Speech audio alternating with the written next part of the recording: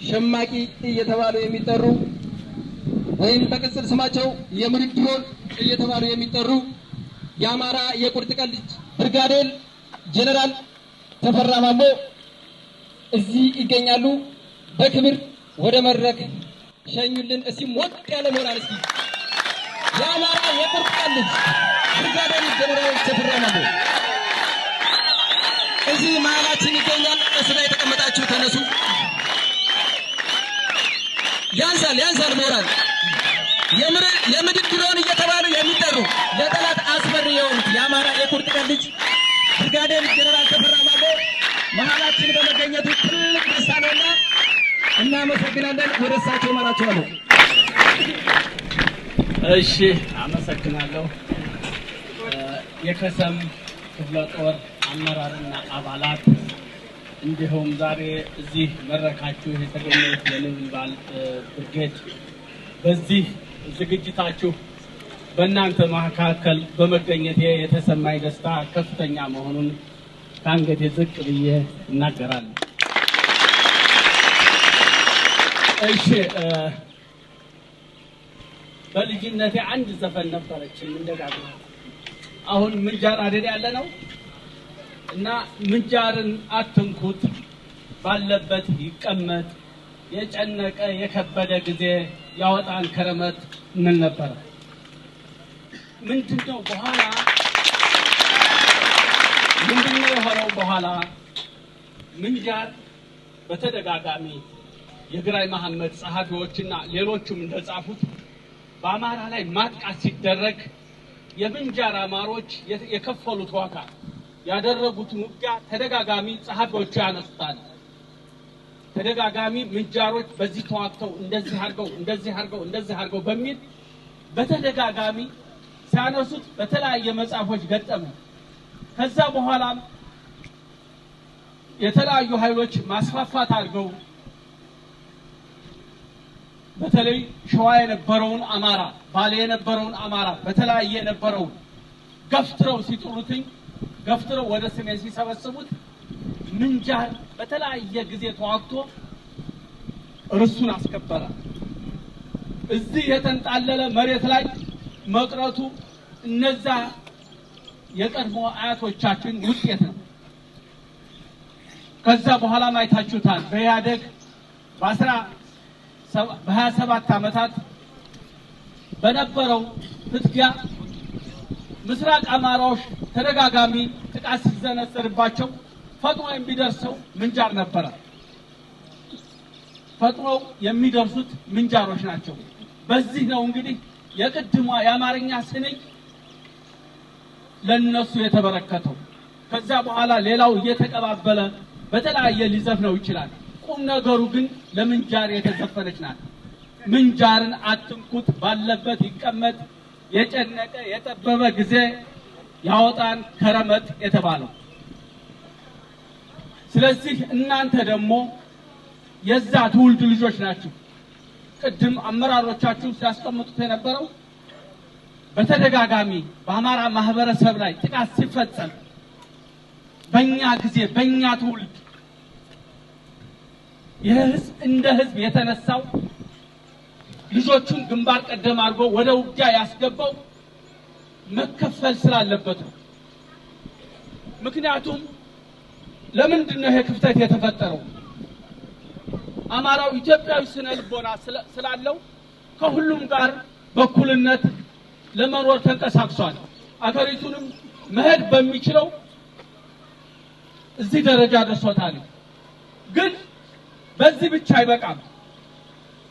የአማራ ህዝብ ጥርስ የተነከሰበት በምኒልክ እየተመራ አድዋ ላይ የአውሮፓን ወራሪዎች ቅስም እንደሰበረ ከ40 ዓመት በኋላ ጣሊያኖቹ ወደዚህ ሲመጡ ኢትዮጵያ የምትባልን ሀገር እንደ ሙጫ እንደ ሲሚንቶ አጣብቆ ያዛት የአማራ ቋንቋ፣ የአማራ ባህል፣ የአማራ ማህበረሰብ እሱ ነው አሉ።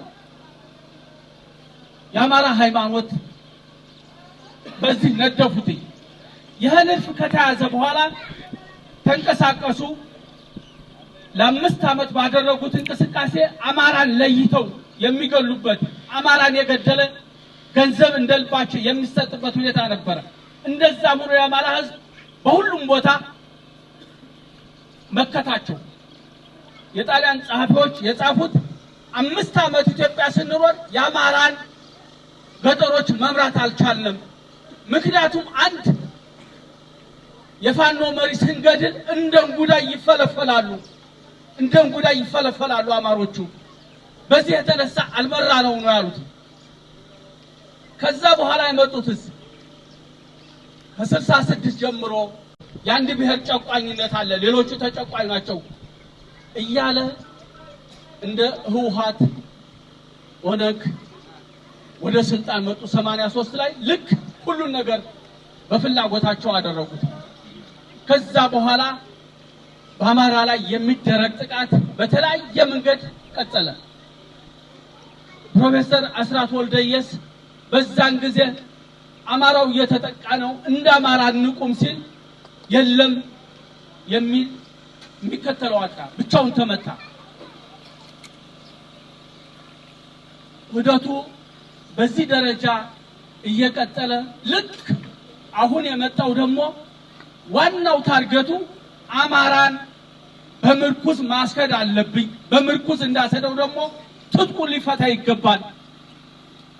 ልዩ ኃይሉን እናስፈታለን፣ ፋኖውን እንቀጥላለን፣ ገበሬውንም ከትጥቅ ውጭ እናድርገን፣ ይሄን ህዝብ እንደፈለግነ እንገዛለን አለ። ተመልከት፣ አንድ ጊዜ ቦግ ያለ ሳይሆን ታይዞ የመጣ ነው። በዚህ ጊዜ እንደ አማራ መቆም ተገቢ ነው። አንዱ እኛ ኢትዮጵያዊ ስነ ልቦናችን በውስጣችን ቢኖር የአማራ ህዝብ አሁን አማራ በምንለው ክልል አይወሰን፣ የትም ቦታ አለ። የትም አማሮች የትም ቦታ አለ። የትም ቦታ ያለ አማራ በአማራነቱ አንገቱን ቀና አድርጎ መኖር አለበት። ስለዚህ ይሄን አንገታችን ሊቀብር የመጣ ኃይል መታገል ፍትሃዊ ነው። ለዚህ ነው እናንተ በባዶ እጃችሁ ቅድም ስትሉት እንደነበረው አሁን አንዳንድ ጊዜ ሁሉም ቦታ ላይ እንዴት እንደተነሳ ስለ ግንባር ቀደም የሆኑ ኮከብ የሆኑ ውስኖች ብድግ አሉ። በዚህ ደረጃ እንደናንተ ያለ ጀግና እናንተ መሰል ሁሉም ቦታ ላይ ልክ ጎንደር ላይ፣ ጎጃም ላይ፣ ወሎ ላይ፣ ሸዋ ላይ ተመልከቱ። ውጋው አንድ ጊዜ የጦር ሰራዊቱን በሁሉም የአማራ አካባቢ ሰድ ሁሉም ቦታ ላይ ስነ ልቦና የአማራ አንድ ስለሆነ ሁሉም ቦታ ላይ መከተው ውጋዎቹ እናንተ በተለያየ ሶሻል ሚዲያ አላገኛችኋቸው ሊሆን ይችላል። አንዳንድ ጊዜ ግርም ይልሃል። ምንጃር ላይ የተደረገው ጎንደር ላይ ተደርጎ ታየዋለህ። ጎንደር ላይ የተደረገው ወሎ፣ ጎጃም ላይ ታየዋለህ። ይኸው የአማራ ስነ ልቦና ይሄ ነው። ለዚህ ነው ለራሱ ብቻ ሳይሆን ለመላ ኢትዮጵያ መቆም የሚችል ኃይል መሆኑ። ይሄን አላወቁትም። ከዚህ በኋላ ግን ያውቁታል። እንዴት? መጀመሪያ እንደ አማራ ቤታችን ላይ ነው የምንጀምረው። ሁሉንም ነገር ከቤታችን ተነስተን ነው ወደ ሀገራችን የምንሄደው። መጀመሪያ እንደ አማራ የሚሰራው ስራ ይሰራል። በመላ ኢትዮጵያ በምታደርገው ደግሞ ከሌሎች ቀና የሆኑ የአማራ ደጋፊ ቅን አስተሳሰብ ካላቸው ጋር በጋራ እንጓዛለን። ከዚህ በኋላ ከኃይል ውጭ ምንም መፍትሄ የለውም፣ ምንም አማራጭ የለውም። ይሄ ክፍተት ነው። ይህን ማህበረሰብ ቅድም ስትሏቸው ነበረ ያስመታው ገና ከመጀመሪያው ፕሮፌሰር አስራት ወልደየስ ይሄ ህዝብ አደጋ እየገጠመው ነው ሲል ሊነቃ አልቻለም እንጂ ጥያቄው እኮ ተነስቷል። የህዝብ አደጋ እየገጠመው ነው። እነዚህ ጽንፈኛ ብሔርተኞች፣ የጣሊያን ግርፎች፣ የጣሊያን የመንፈስ ልጆች ዋና ታርጌታቸው አገርን በኩልነት መምራት አይደለም። ዋና ታርጌታቸው ይህን ማህበረሰብ ማጥቃት ነው። ይሄ ማህበረሰብ እንደ አማራ ይቁም ነው ያለው። የዛን ጊዜ ነው የተነሳው። የተለያየ እንዴት እንደዚህ ሆናለን በሚል አደበዘዙት። አሁን ግን ምንም መጀመሪያ የቤት ስራችን ነው መስራት ያለብን። እንደ አማራ እንታጠቃለን፣ እንደ አማራ እንደራጃለን፣ ሁሉንም ነገር እንሆናለን። የኛ ትግል ሌሎቹን ለመጋፋት ሌሎቹን ለመበደል በቀል ለመፈጸም አይደለም። የኛ ትግል የጋራ የሆነች ሀገር መገንባት ነው። የሁላችንም የሆነች ሀገር መገንባት ነው። የሁላችንም ሀገር ለመገንባት በመናደርገው ጉዞ እንቅፋት የሆነውን መከፈል ያለበትን ከፍለን መልክ እናስይዘዋለን። አይታችሁታል ነው ኃይል ምን ያህል እንደሆነ። ሁለት ከተማ ላይ ነው ተንጠልጥሎ ያለው በየጊዜው እሱም እጅ እየሰጠ ምን ያህል ወደፊት ስንራመድ ወደፊት ከሁሉም ያለው ወደ አንድ ሲሄድ ምን እንደሚፈጠር ተመልከቱ። በዚህ መንገድ ነው ከዚህ በኋላ ምን ሄደው መጀመሪያ ከቤታችን ተነስተን ነው ወደ ሀገራችን የምንራመደው። ቤታችን አማራነታችን ነው። አማራነታችን አጠናክረን ከሌላ ቀና ከሆኑ ጋር ደግሞ በኩልነት እንሄዳለን። እኛ ማንን ለመጋፋት አይደለም ወደዚህ ወጣ ነው። የኛን ማንነት ለመቅበር እኛን ከምድረ ገጽ ለማጥፋት ነው። የአማራ ሕዝብ ካልታገለ እንደ ኩርት ይበተናል። ይሄን ወቁ። በደንብ ታግለህ ነፃነትን ከረጋጋት ትበተናለህ። ለመመለስ አንድ ጊዜ የታሪክ ስህተት ከተፈጸመ መመለስ አይቻልም። ለዚህ ነው አሁን የተከፈለው ተከፍሎ የቀረው ቀርቶ መጀመሪያ ህልውናችን አማራዊ ማንነታችን መቆም አለበት። እኛ የራሳችን ቋንቋ የራሳችን ሁሉ ነገር አለን። ግን ሲኖርህ ሌላ ጥላት ታበዛለህ።